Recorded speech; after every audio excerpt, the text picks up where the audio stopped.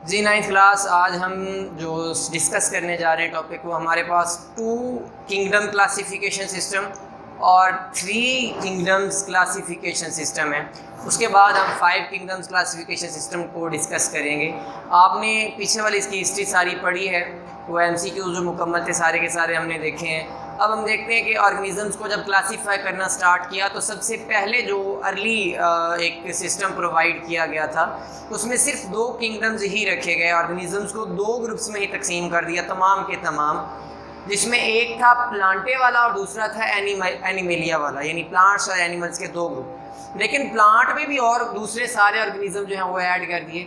Plants में इस तरह के ऑर्गेनिज़म रखे गए that can synthesize own food, जो अपनी खुराक खुद तैयार करते थे इनऑर्गेनिक मटेरियल से, ऑर्गेनिक मटेरियल तैयार कर सकते थे, यानी कि ऑटोट्रॉफिक थे, फोटोसिंथेटिक कह सकते हैं वो सारे के सारे। और इसमें उन्होंने ऐड किए बैक्टीरिया, फंजाई, एल्गी और प्लांट्स, ये सारे के सारे प्लांट्स में हैं। एनिमेलिया वो वाले ऑर्गेनिजम्स जो थे एनिमेलिया में रखे गए, इंक्लूड किए गए, that can not synthesize on food, अपनी खुराक खुद इनऑर्गेनिक मटेरियल से सिंथेसाइज नहीं कर सकते, नॉन फोटोसिंथेटिक होते हैं और नॉन ऑटोट्रॉफिक या हेटेरोट्रॉफिक होते हैं, यानी अपनी खुराक खुद नहीं बना सकते। तो इसमें सारे के सारे एनिमल्स ही इंक्लूड थे। तो अब आ जाते हैं कि इसके ऊपर फिर बाद में ऑब्जेक्शंस लगे, इनके ऊपर एतराज़ात आए और फिर उसमें अमेंडमेंट्स की गई।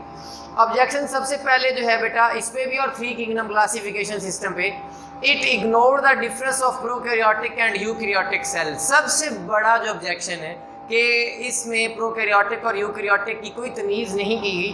बैक्टीरिया प्रोकैरियोटिक हैं, बाकी यूकैरियोटिक हैं, बैक्टीरिया को भी इकट्ठा रखा हुआ है, यूकैरियोटिक को भी इकट्ठा रखा हुआ है। सेकेंड ऑब्जेक्शन था यूग्लिना की पोजिशन। यूग्लिना के तरह के ऑर्गेनिज्म जो हैं उनमें प्लांट्स और एनिमल्स दोनों की खसूसियात मौजूद हैं। और वो कौन सी खसूसियात हैं?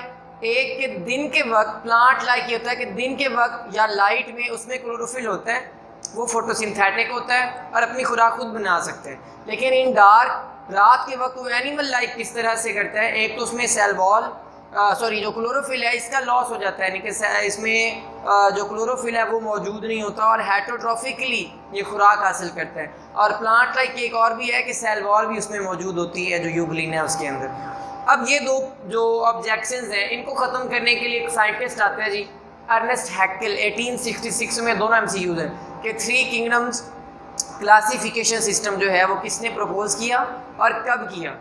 अब उसने 3 किंगडम्स बनाए, एक प्लांटे एनिमेलिया जो ऑलरेडी भी थे, और थर्ड वन हमारे पास है प्रोटिस्टा या प्रोटोक्टिस्टा जो हमारे पास है तीसरा किंगडम।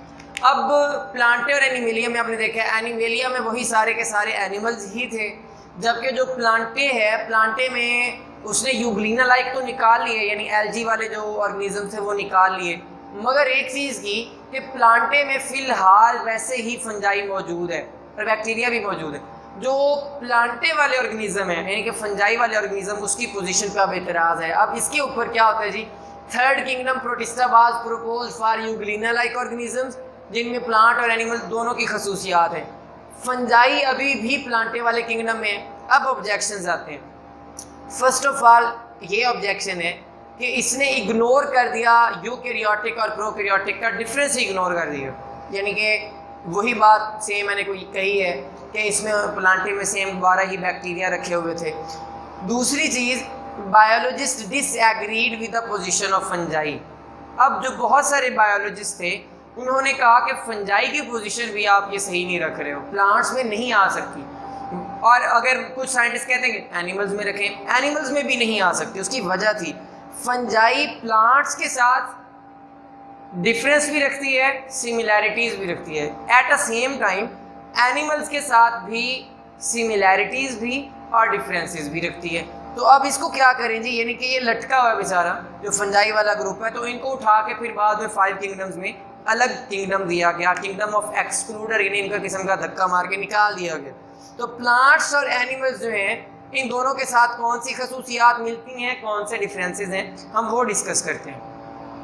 अब हम पहले फंजाई और प्लांट्स को डिस्कस करें तो इनकी सिमिलैरिटीज़ देखें। दोनों में सेल वॉल है बेटा, प्लांट्स में भी सेल वॉल होती है और फंजाई में भी सेल वॉल होती है। दोनों नॉन मोटाइल हैं। नॉन मोटाइल का मतलब है दे कैन नॉट लोकोमोट, नकल मकानी नहीं कर सकते। एक जगह से दूसरी जगह हरकत नहीं कर सकते ओवरऑल यानी मुकम्मल तौर पे।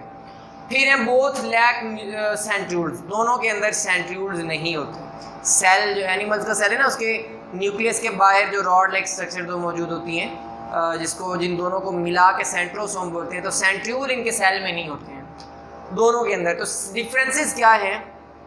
आया कि फंजाई में सेल वॉल है मगर सेल वॉल बनी काइटिन की हुई है, जबकि प्लांट्स में सेलुलोज की बनी होती है। प्लांट्स ऑटोट्रॉफिक होते हैं लेकिन फंजाई हेटेरोट्रॉफिक है, वो खुद खुराक नहीं बना सकते। फिर आ जाते हैं फंजाई और एनिमल्स, इनमें सिमिलैरिटीज़ कम लेकिन डिफरेंसेस ज़्यादा हैं। सिमिलैरिटीज़ के दोनों हेटेरोट्रॉफिक हैं जी, चलो ये तो मान लिया कि हेटेरोट्रॉफिक है, खुद खुराक नहीं बना सकते, मगर फंजाई एब्जॉर्प्टिव हेटेरोट्रॉफ हैं।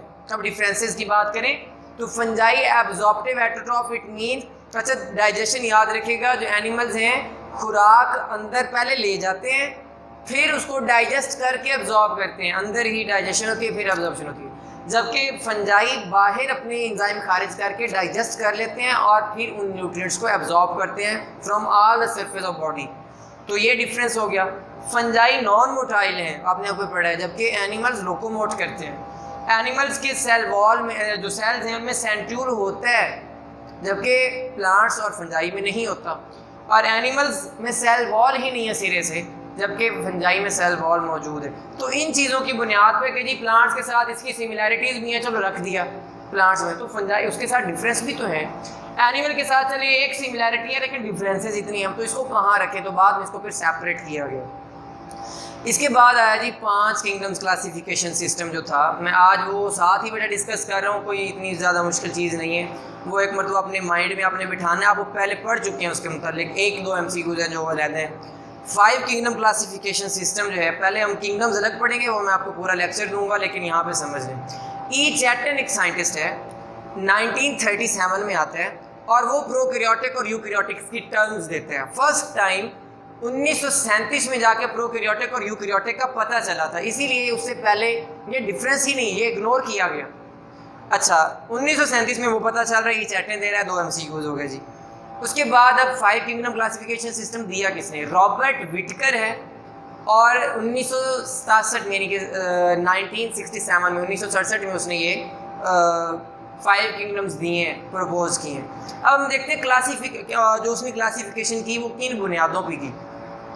ये वही है जो बेसिस ऑफ क्लासिफिकेशन आप 2-3 लेक्चर पहले पढ़ चुके हैं। First of all cellular organization के प्रोकैरियोटिक है या यूकैरियोटिक है, और क्या यूनिसेलुलर है या मल्टी सेलुलर या कॉलोनियल ETC। फिर उसने दूसरी जो बेस देखी है वो है मोड ऑफ न्यूट्रिशन, आया कि ऑटोट्रॉफिक है या हेटेरोट्रॉफिक है।